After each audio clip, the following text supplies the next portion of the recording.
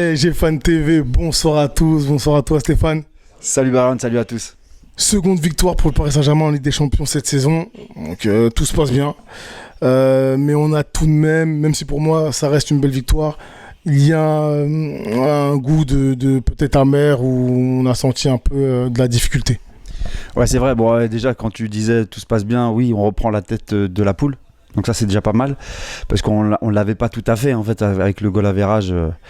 Donc là on reprend la tête de la poule. Mais c'est vrai comme tu dis, j'ai trouvé que c'était un match assez poussif malgré tout, avec j'ai l'impression des joueurs parisiens un peu timorés. Enfin pas forcément timorés dans les 10 premières minutes. Parce que je sais qu'on se crée quand même quelques occasions, en l'occurrence avec Mbappé, vers la 30e seconde ou à la première minute là où il part tout seul.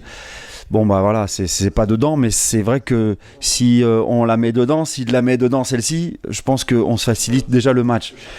Et à un moment donné, bah, on se le rend un petit peu compliqué jusqu'à l'ouverture du score du Maccabi qui nous fait douter en fait. Parce que même moi, hein, tu vois, quand je vois ça, je me dis waouh, on s'est éteint complètement. Je sais pas si c'est l'ambiance comme il disait le match et tout là, au niveau du stade là-bas, mais en tout cas, voilà, ça jette un froid. Et on se dit, on repart dans nos travers. Bon, et puis après, on galère jusqu'à l'égalisation et après, effectivement, les 2 buts qui suivent derrière. Qu'est-ce que tu penses de ce débat, on va dire, incessant sur le milieu de terrain où on est là à remettre en question la formation, est-ce qu'il faut passer à 3, est-ce qu'il faut rester à 2? Je pense pas que le match d'aujourd'hui aurait dû en tout cas mettre en difficulté cette formation, mais tout de même la question revient, qu'en penses-tu? Bah écoute, moi non plus, comme t'as raison, hein. Pour moi normalement par rapport à une équipe comme le Maccabi, bon après il faut, bien sûr c'est à l'extérieur, donc encore une fois c'est un peu plus compliqué hein, quand on va à l'extérieur, mais franchement il faut être honnête. Quand on se dit que le Paris Saint-Germain va se déplacer là-bas, et moi je l'avais dit sur l'after game, je pensais que ça allait jouer dans les tribunes.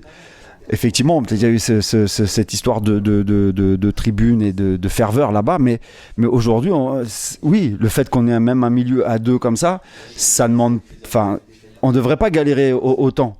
Mais je pense que c'est un manque de mouvement. Tu as vu, à un moment donné, on était très arrêtés. Les joueurs étaient arrêtés. Il n'y avait pas ce mouvement perpétuel qu'on peut avoir, comme au tout début de saison, où effectivement, ça joue une touche de balle avec des passes va, etc. Et il n'y a pas de raison non plus de densifier un milieu, voilà, à partir du moment où tu as du mouvement.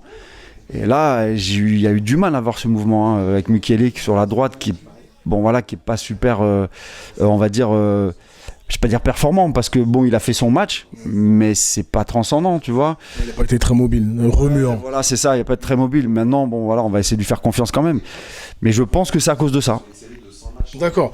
Donc finalement un manque de fitness peut-être, la chaleur, le terrain, est-ce que ce sont des excuses voilà, très rapidement, est-ce que ce sont des excuses qui sont recevables? Ouais, moi franchement, si on parle du terrain, le terrain c'est le même pour les 2 équipes.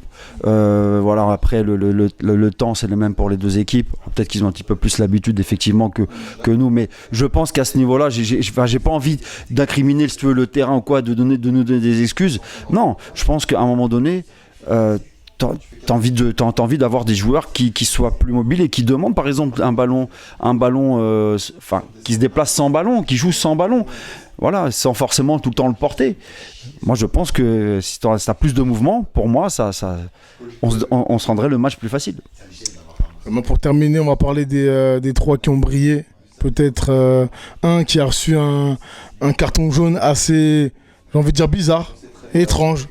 Et qui se plaint d'ailleurs des raisons parce qu'il trouve l'explication, c'est pour cette fois non recevable.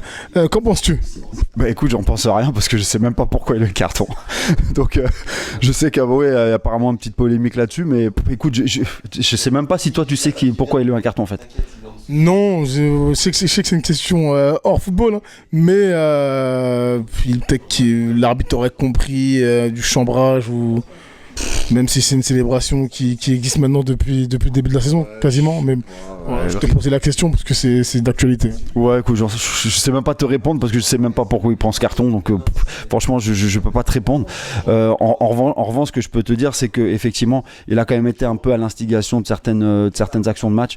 Donc, forcément, un bon point pour Neymar, même si j'aimerais le voir un petit peu plus, conquérant sur certains ballons. Mais bon, c'est vrai que heureusement qu'ils étaient là, notre trio, pour marquer quand même, pour mettre les 3 buts. Voilà, sinon, je sais pas comment ça en serait sorti, sinon, par rapport à ça. Merci à toi. Merci, juste un petit dédicace à Kelton, qui se reconnaîtra, qui nous suit depuis un petit moment.